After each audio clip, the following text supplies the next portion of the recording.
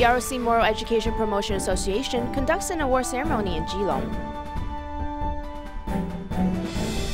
The science of breeding and caring for farm animals are wasting too much water resources.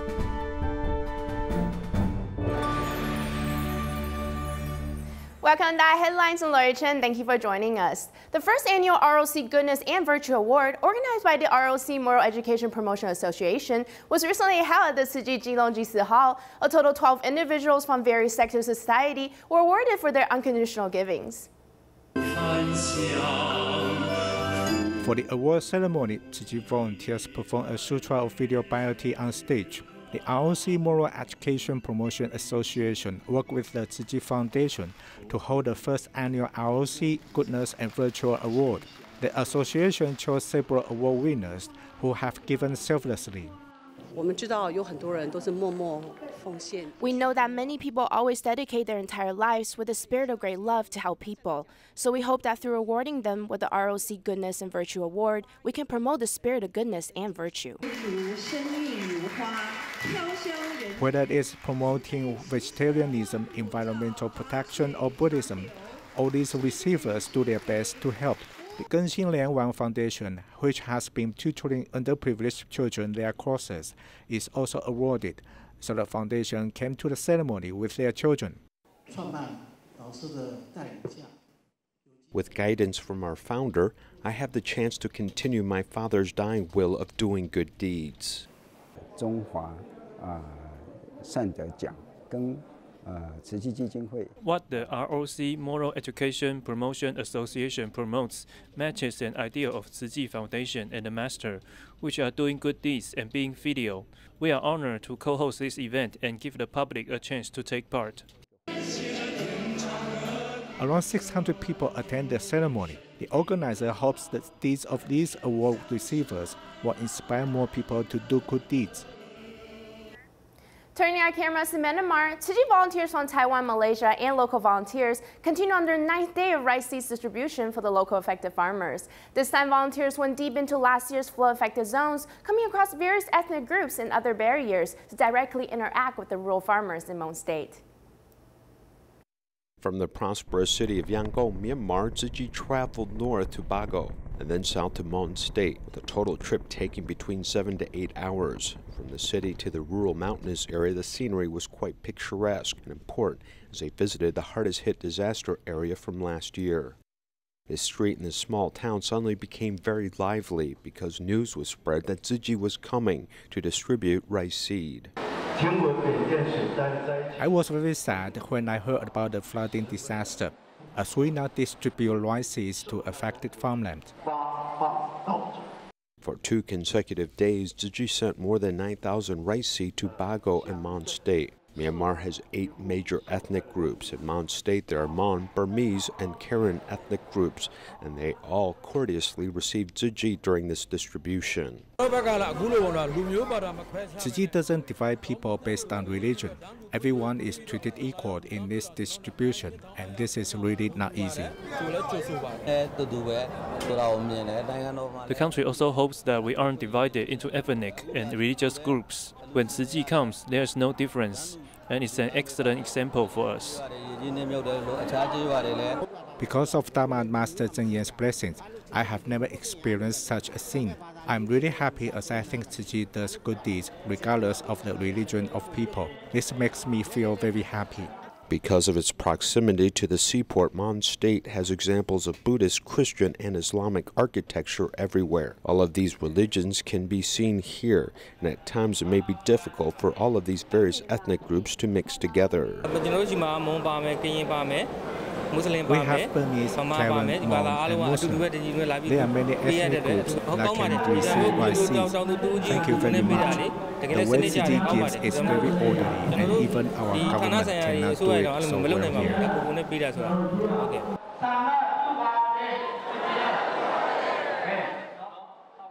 By delivering love and compassion to this area, great love has crossed the barriers of ethnicity and religion to help those that are in need. Staying in Myanmar, we head to the distribution in Wa. Just being the school break for the local children, city volunteers seized the opportunity to bring the children to do recycling. They also taught them various Jingsi aphorisms, hoping to plant the seeds of kindness and compassion into the budding hearts.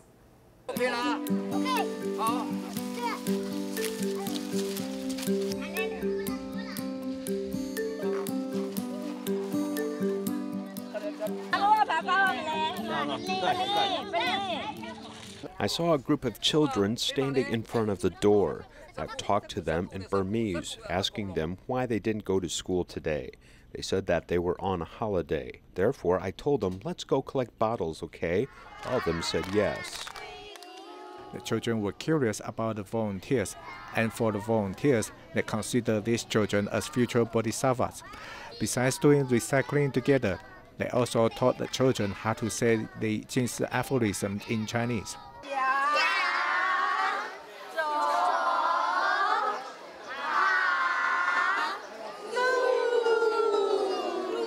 These children laugh innocently and they seem to be worry-free.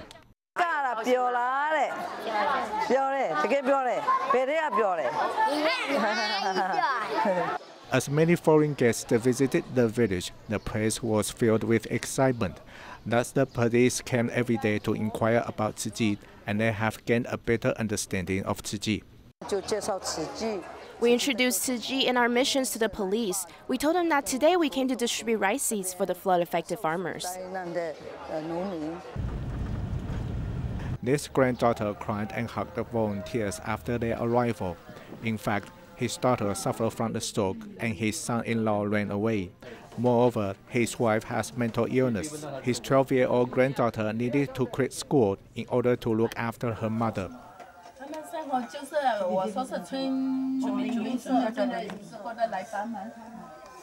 When the volunteers asked the girls about their wishes, the younger one said that she wanted to be a teacher so she can help to lessen the burdens in the family. The volunteers have encouraged the girls to give them courage to overcome obstacles in life. The volunteers will put this family on the long-term care list. They wanted it to improve this family's living conditions in the future, hoping to see smiles beaming on these girls' faces someday.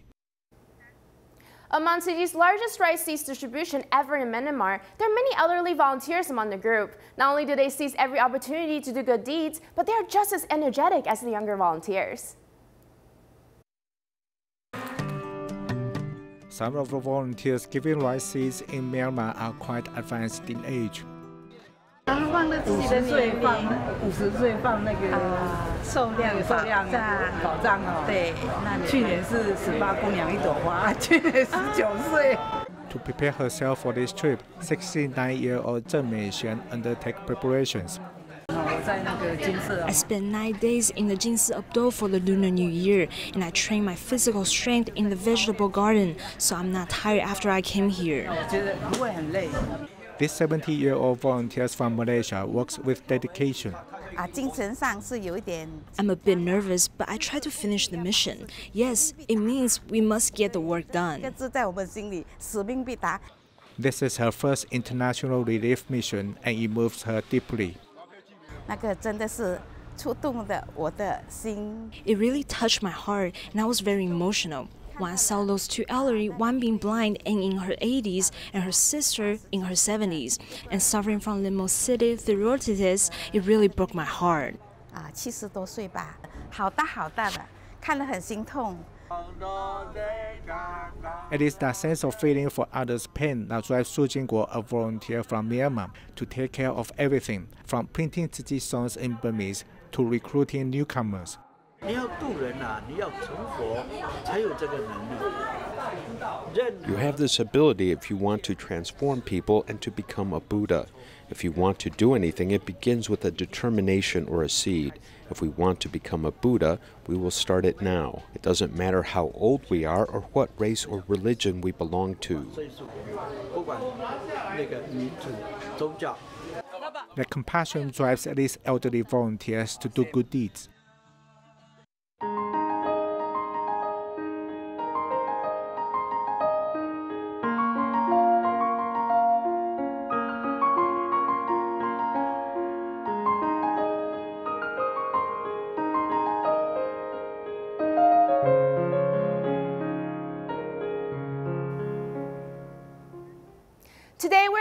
brand new series on the issues of how livestock breeding is wasting precious water resources in Taiwan. Let's check out an in-depth report.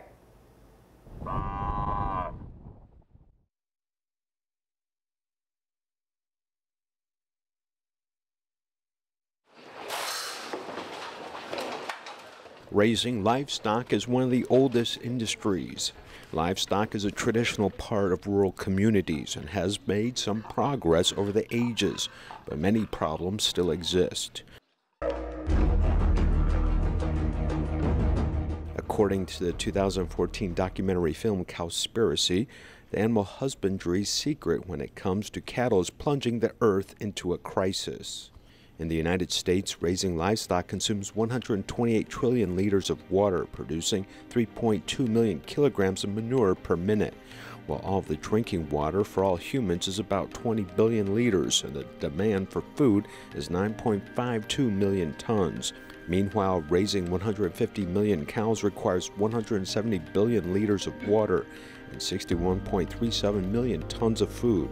When it comes to water, cows use 8.6 times that of humans, as well as land, as the livestock industry emits 51% of global greenhouse gases, while the transport industry accounts for just 13%. To learn more about animal husbandry, we came back to Taiwan to take a closer look. Because this consumes a lot of water, researchers are looking for ways to save water through this test site. You see, this stuff is not only a feed bed, but can also help store pig excrement. This pen has a thicker layer of chaff than traditional pig pens so that the excrement will not stick to the ground. It also reduces odor. After about 180 days or half a year, it needs to be cleaned and replaced, requiring water. There are additional uses too. Near the drinking trough, which is a relatively dark place, are where pigs are likely to defecate and urinate. Generally speaking, a traditional pig pen probably used 20 to 30 liters of water every day for cleaning. Also, there are some pig showers, as they may need to be washed twice a day. So in most pens, the wastewater treatment uses about 20 to 30 liters of water. But in this type of pen, which is elevated, we can reduce about 2/3 the amount of water for washing.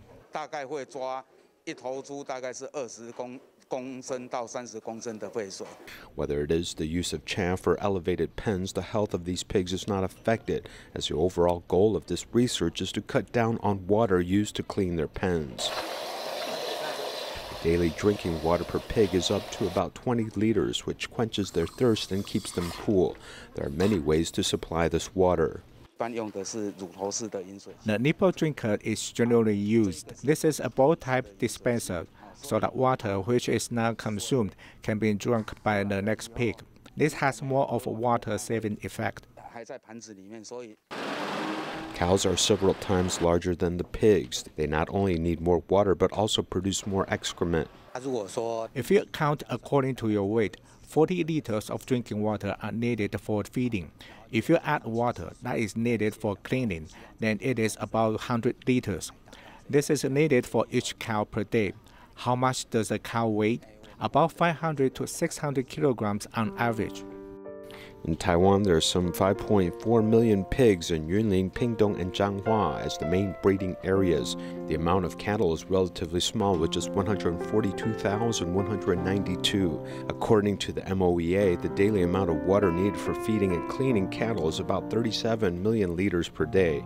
Because there are more pigs, average daily consumption is about 108 million liters per day. And in 2017, the average Taiwanese person consumed about 278 liters of water, so the daily water consumption of water for cattle more than 30,000 times that of a family of 4, and pigs is nearly 90,000 times.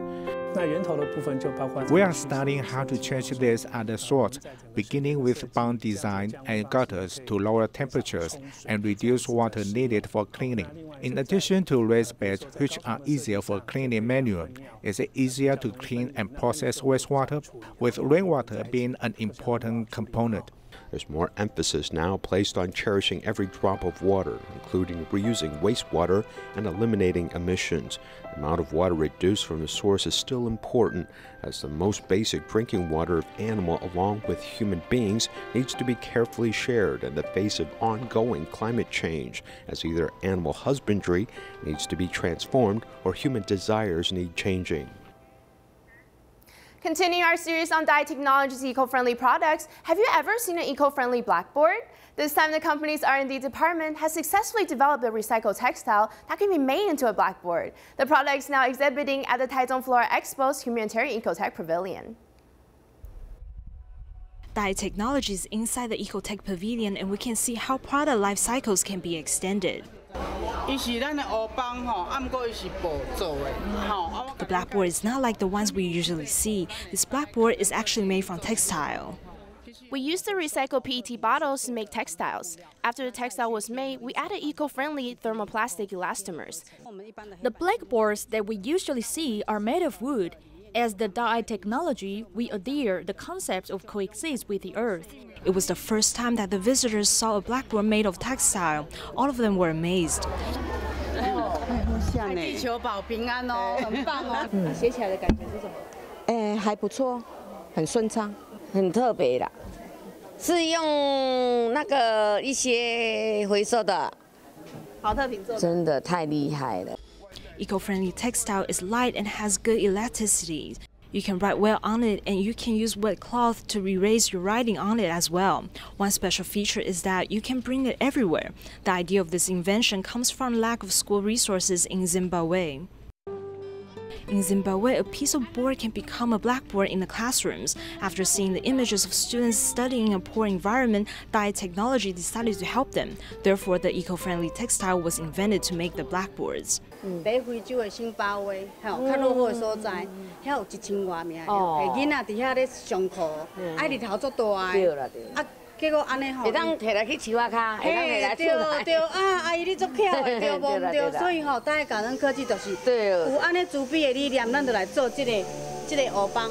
We can find many innovations inside the Humanitarian Ecotech Pavilion. For now, the eco-friendly blackboard is only exhibited at the Flora Expo. Visitors can experience it hands-on while visiting the pavilion. Recently, a gathering was held at the Taoyuan Jingsi Hall, where more than 200 friends of DaAi came to share their experiences and thoughts on the DaAi television station. All of them believe that positive media plays an important role in today's society. It's a way to inspire more people to do good deeds for others and at the same time cultivate good thoughts.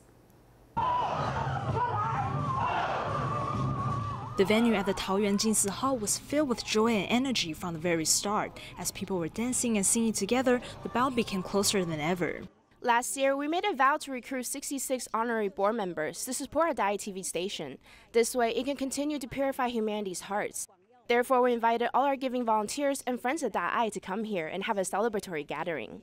Every time when I'm working or doing household chores, I would want to listen to DaAi radio. It really calms my mind. I really believe that what DaAi TV is doing is so important. They are the ones bringing positive energy into mainstream society. After going on one of DaAi TV shows, Tzu volunteer Zheng Yangqi realized the importance of just how powerful media is. On the show, he shared about his healthy eating habits, which turns out has successfully helped many cancer patients. DaAi TV invited me to be part of a short film. It was called Vegetarian Living. And after 7 years, I have successfully helped 18 cancer patients change their diets and also open up their hearts. Through a simple short film, the reach is immense. Many of them started to do good deeds, letting go of their negative thoughts all the way till now. There are various types of Dharma that is spread worldwide directly from our DaAi television station on a daily basis. There's Dharma Master Zheng Yan's teachings and DaAi dramas filled with compassionate stories. Spreading positive media that's filled with compassion and great love every single second of every day. This is the uttermost important way to purify the minds of humanity.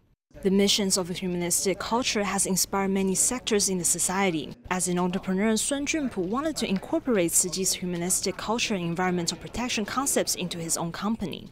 I've realized that ever since I started sharing Tzu Chi's many missions with my employees, they are all in agreement. In addition, they have been working more harmoniously together. It also reduced the resignation rate significantly. Therefore, it's also a great method to hang on to our talents from leaving. While standing side by side, all the participants share the common goal of continuing supporting DaAi Television. They believe that through positive media, the spirit of great love can be spread far and wide. In Taichung, the Tzu Chi class for youth provides lessons that are both interactive and also help to shape the students' moral characters. At one of the recent classes, the students got a chance to practice honing their patience from writing Chinese calligraphy. They also learned all about environmental protection concepts. Only use your index finger and thumb when you write a single stroke. At the Tzu Chi class for teenagers in Taichung, the students learn about the beauty of writing and cultivate their patience from writing Chinese calligraphy. One class is about environmental protection, which makes everyone reflect upon their daily habits. We often hear people tell us to use less plastic bags, but we seldom do it.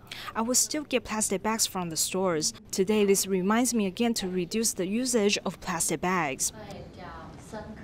那你们3个也是，就是开始拍，你觉得什么是好的，什么是不好的行为？ The students learn to reflect upon their bad habits from playing the board games. Then they can nurture their wisdom from the discussion of 近似 aphorisms. From attending the class, my thoughts and perspectives have become more mature. The students are filled with positive energy as the Tzu Chi class for teenagers works to shape their moral character. In China, Tzu Chi volunteers work with the famous Nanjing company to hold a Jingsi aphorism camp for the local children. At the camp, the children enjoyed a variety of classes and also learned the importance of speaking good words in everyday life. Moving their bodies according to the slogans, the children who are attending the Nanjing Jingsi Aphorisms winter vacation camp are extremely joyful.